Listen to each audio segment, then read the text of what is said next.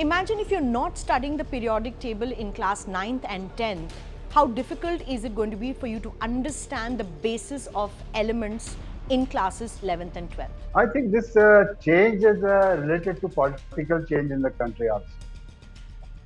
If Mendel's table of periodic table, for example, is also important. If you don't study that, well, like say why any particular element Mendel's periodic table, and now we have atomic model that explains fully why these properties are not God given. They arise in the property because of particular number of electrons are present in the orbit and other. Similarly, Darwin is also very important in the science. Uh, Darwin theory of evolution, which say without that. The NCERT has given a statement and clarified that they are doing this, one, to reduce the burden of overlapping topics on students, and also the fact that they want students to study the concepts once and not repeat the concepts in each classes, which is why now any student who is taking science in class 11th will be able to study the periodic table and as well as in class 12. But what happens to those students who are not going to opt for science after class 10th?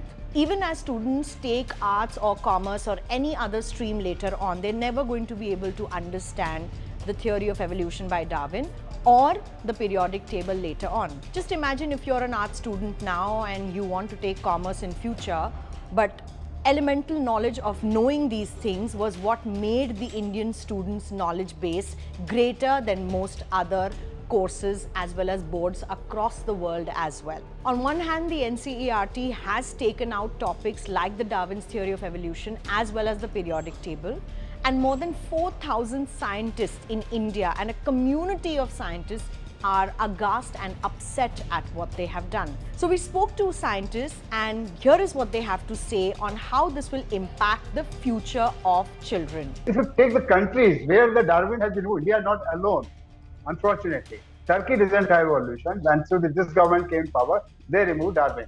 It is in Afghanistan, it is not there. So are we going to join the rank of such countries?